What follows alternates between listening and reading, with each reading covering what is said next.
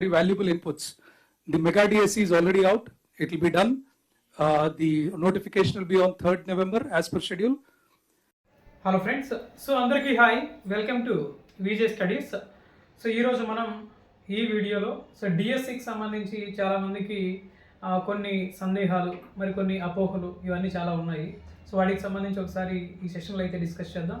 So డిఎస్సికి సంబంధించి ముఖ్యంగా మనం గమనించినట్లయితే యాజ్ పర్ షెడ్యూల్ ప్రకారమే ఖచ్చితంగా నోటిఫికేషన్ అనేది ఉంటుందని చెప్పి కూడా మనకి కలెక్టర్స్ మీటింగ్లో ఈరోజు అప్డేట్ అయితే ఇవ్వడం జరిగింది. సో ఇప్పుడు మనకి నవంబర్ 3వ తేదీన డిఎస్సి నోటిఫికేషన్ సంబంధించి రిలీజ్ అనేది చేయడం జరుగుతుంది.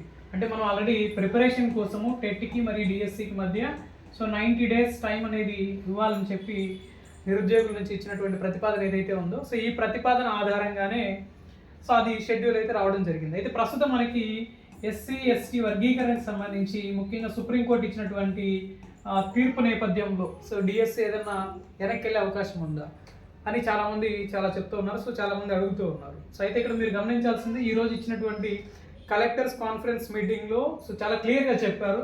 నవంబర్ 3వ తేదీన యాజ్ పర్ షెడ్యూల్ ప్రకారం మెగా డిఎస్సి నోటిఫికేషన్ అనేది ఉంటుంది.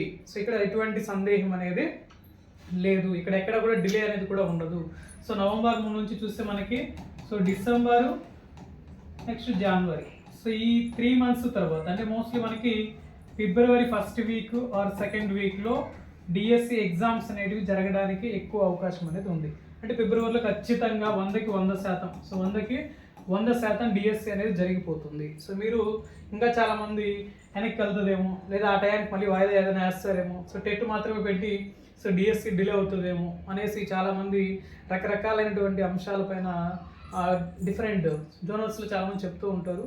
బట్ దీనివల్ల నష్టపోయేది ఎవరు అంటే సిన్సియర్గా డిఎస్సి కోసం, ఎవరైతే సీరియస్గా డిఎస్సి కోసం ప్రిపేర్ అవుతూ ఉన్నారు అలాంటి వాళ్ళు ఖచ్చితంగా నష్టపోతారు. కాబట్టి మీరు చేయాల్సింది, ప్రస్తుతం ఉండే ఖాళీలు కూడా చాలా ఎక్కువగానే ఉన్నాయి. దాదాపుగా మనకి 16,347 ఖాళీలు అయితే నోటిఫికేషన్లో రిలీజ్ చేయడం జరిగింది. కాబట్టి డిఎస్సి కోసం మీరు చేయాల్సింది మీ యొక్క ప్రిపరేషన్ ఏదైతే ఉందో సబ్జెక్టు, ఎస్జిటి కావచ్చు అండ్ స్కూల్ అసిస్టెంట్ సంబంధించి కావచ్చు, ఏదైనా సరే ఇక్కడ మీరు సిలబస్ ఏముంది, సిలబస్లో మనం ఎంతవరకు ముందుకు వెళ్తున్నాము, మనకి ఇచ్చిన టైం ఎంత ఉంది, ఆ లోపల మనం ఎంతవరకు సిలబస్ని కవర్ చేయగలము.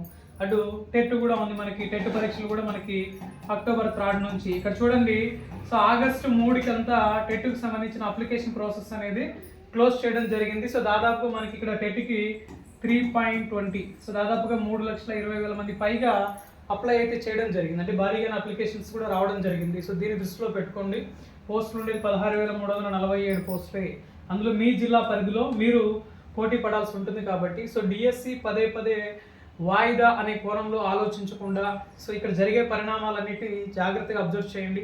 తెలంగాణలో జరిగిన డిఎస్సి, తెలంగాణలో డిఎస్సి అభ్యర్థులు చాలామంది ఏం చేస్తారంటే డిఎస్సి వాయిదా వేయాలి అన్నారు. కానీ అక్కడ ప్రభుత్వం ఏం చేస్తుంది, ఎటువంటి వాయిదా లేకుండా పరీక్షలు అనేటివి పూర్తి చేయడం జరిగింది. దానికి గుర్తుపెట్టుకోవాల్సింది, బాగా చదువుకున్న వాళ్ళు, సిన్సియర్గా వాళ్ళ పని వాళ్ళు చేసుకొని వెళ్ళే వాళ్ళు ఖచ్చితంగా 100% సక్సెస్ అయ్యేదానికి అవకాశం ఉంది. ఇక్కడ ఎవరైతే మనకి వాయిదాల గురించి కానీ లేదా ప్రిపరేషన్ సరిగ్గా చేయకుండా ఎవరైతే నెగ్లిజెన్సీగా ఉంటారో అలాంటి వాళ్ళు ఖచ్చితంగా సఫర్ అవుతారు మళ్ళీ ఆ నోటిఫికేషన్ టైంలో, ఎగ్జామ్స్ టైంలో. కాబట్టి మీరు ఇవన్నీ పక్కన పెట్టేసి డిఎస్సి అనేది 100% మనకి యాజ్ పర్ షెడ్యూల్ ప్రకారమే ముందుకు వెళ్ళిపోతుంది. ఇక్కడ ఎక్కడా కూడా వాయిదాలు అనేటివి ఉండవు, వాయిదా అనేది ఉండదు, అవకాశం మళ్ళీ కూడా రాదు. జాగ్రత్తగా గుర్తుపెట్టుకోండి.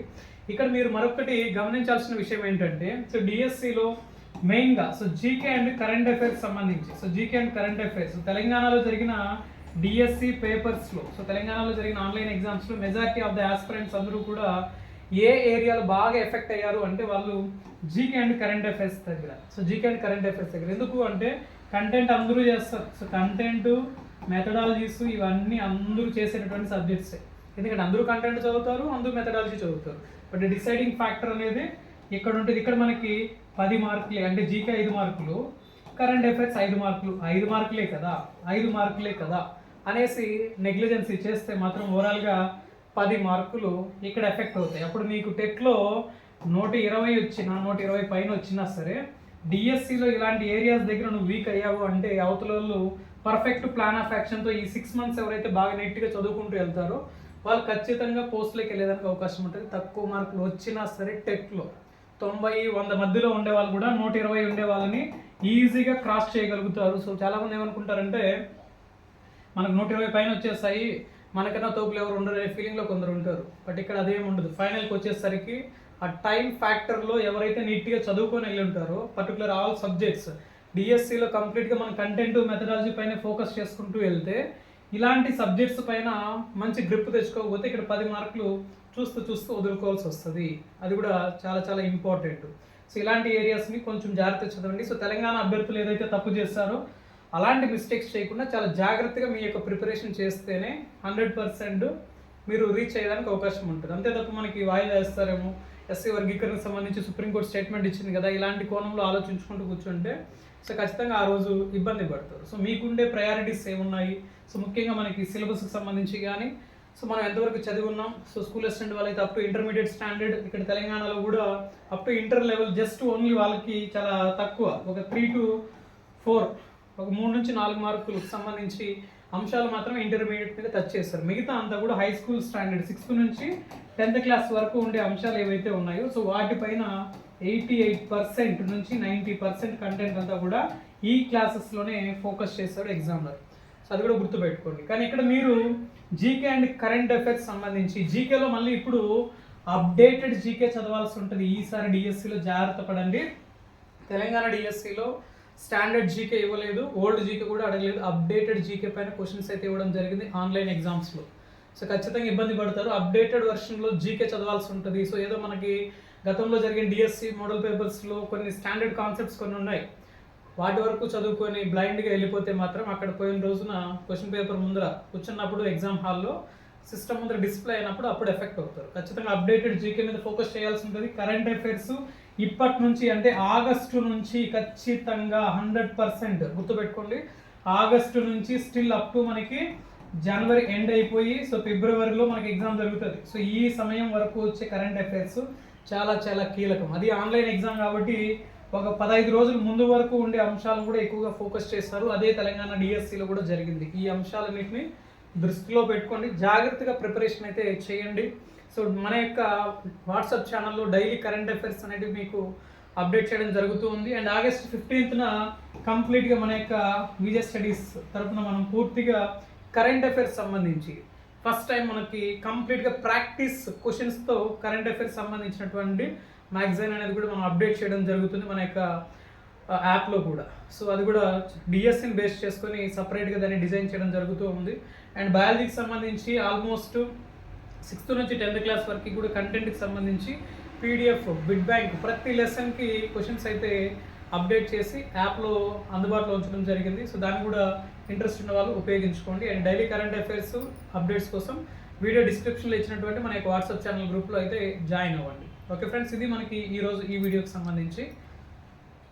సో ఇక్కడ ముఖ్యంగా మీరు ఇవన్నీ దృష్టిలో పెట్టుకొని మీ ప్రిపరేషన్కి సంబంధించి ఓకే, మీరు ఆఫ్లైన్లో చదువుతున్నారా లేదా ఆన్లైన్లో చదువుతున్నారా, సెల్ఫ్ ఏదైనా సరే అది మీ వ్యక్తిగత నిర్ణయము. కాకపోతే మెయిన్గా గుర్తుపెట్టుకోవాల్సింది డిఎస్సి అనేది ఎక్కడ డిలే అవ్వదు. సో నేను ఏదైనా ఒక ఇన్ఫర్మేషన్ ఇచ్చే ముందు చాలా క్లారిటీగా కన్ఫామ్గా చెప్తాం. సో మన యొక్క సబ్స్క్రైబర్స్ ఎవరైతే ఉన్నారో సో నిజంగా వాళ్ళందరికీ కూడా చాలా జెన్యూన్ సబ్స్క్రైబర్స్ మనకు ఉండేది. సో ప్రతి ఒక్కరు మనం ఏదైనా ఇన్ఫర్మేషన్ ఇస్తే దాన్ని పర్ఫెక్ట్గా క్యాచ్ చేయగలుగుతారు, బాగా అర్థం చేసుకుంటారు. కాబట్టి సో నేను మీకు మన సబ్స్క్రైబర్స్ ఎవరైతే ఉన్నారో వాళ్ళందరికీ నేను ప్రత్యేకించి చెప్తున్నా. సో డిఎస్సి అనేది ఎక్కడ డిలే అనేది ఉండదు. So DSC 100% as per schedule ప్రకారం వెళ్ళిపోతుంది. సో మీరు ఏ మాత్రం కొంచెం నెగ్లిజెన్సీగా ఉన్నా తర్వాత చాలా బాధపడాల్సి ఉంటుంది. సో కాబట్టి ఖచ్చితంగా మన సబ్స్క్రైబర్స్ అనే కాదు మిగతా వాళ్ళు కూడా ఈ వీడియో చూసే ప్రతి ఒక్కరు ఖచ్చితంగా మీ యొక్క ప్రిపరేషన్ పైన మాత్రమే దృష్టి పెట్టండి. సో అన్నెసెసరీస్ యాక్టివిటీస్ పక్కన పెట్టండి. సో ప్రిపరేషన్పై దృష్టి పెట్టు, సిలబస్పై ఫోకస్ పెట్టు, అన్నెసెసరీ విషయాలపైన పక్కన పెట్టి నీట్గా ప్రిపరేషన్ పైన దృష్టి పెట్టి బాగా చదవండి. ఖచ్చితంగా ఈ డిఎస్సిలో మీరు 100% సక్సెస్ అయ్యడానికి అవకాశం ఉంటుంది.